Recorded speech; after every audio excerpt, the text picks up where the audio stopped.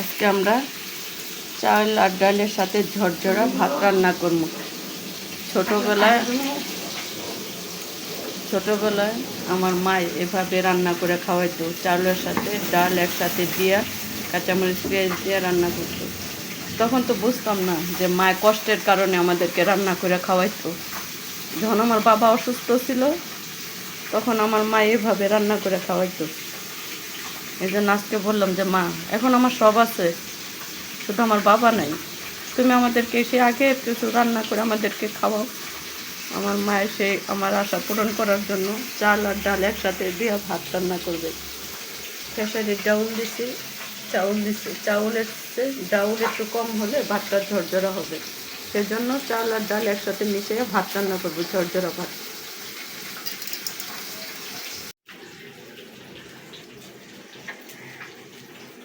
আমার মায়ে কাঁচামরিচ কাটতেছে, পেঁয়াজ কাটবে, একসঙ্গে মিশিয়ে চুলায় বসাই দেবেন। ভাত আর চাল একসাথে মিশিয়ে রান্না করবে, ডাইলের চাইলে ঝরঝরা ভাত। চাল ডাল মরিচ পেঁয়াজ একসাথে দিয়ে মিশিয়ে দিয়েছে, এখন চুলায় বসাই দেব। এটা এখন ঝরঝরা ভাত রান্না করব। সামান্য পরিমাণ সাদা তেল দিয়ে দেবেন। ঝরঝরা ভাত হয়ে গেছে। ডাল আর চাউলের ভাতের সঙ্গে শুকনো মরিচ ভর্তা খাবে।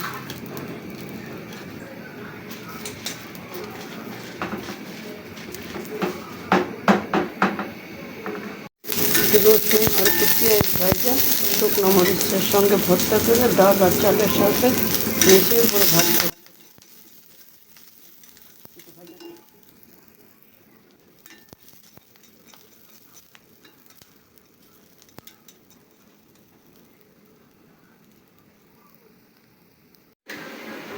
ভাতের সঙ্গে মরিচ ভর্তা খাবো।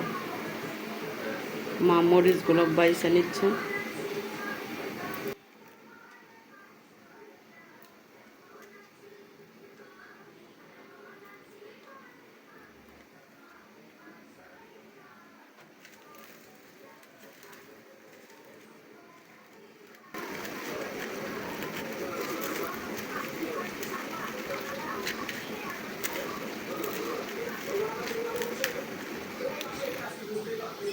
সাথে একটু সরিষার তেল দিয়ে দিচ্ছি,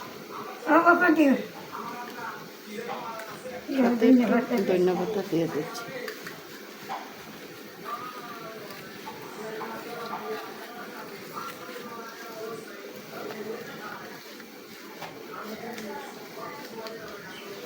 আমার মায়ের মরিচ ভর্তা বানানো শেষ। দেখেন কি সুন্দর লোভনীয় লাগতেছে খাবারটা। মরিচ মাখা।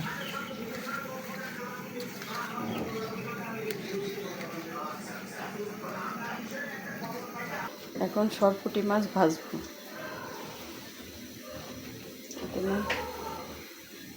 মরিচ গুঁড়ো, হলুদ গুঁড়ো, সামান্য লবণ, সাথে একটু লেবুর রস।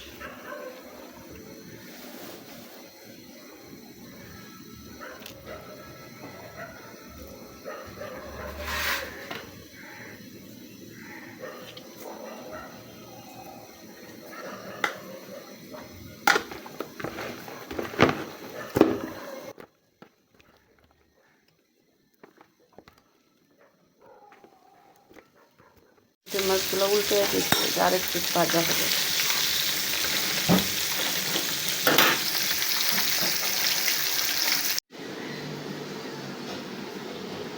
চাউল আর চাউল একসাথে ভাত হয়ে গেছে।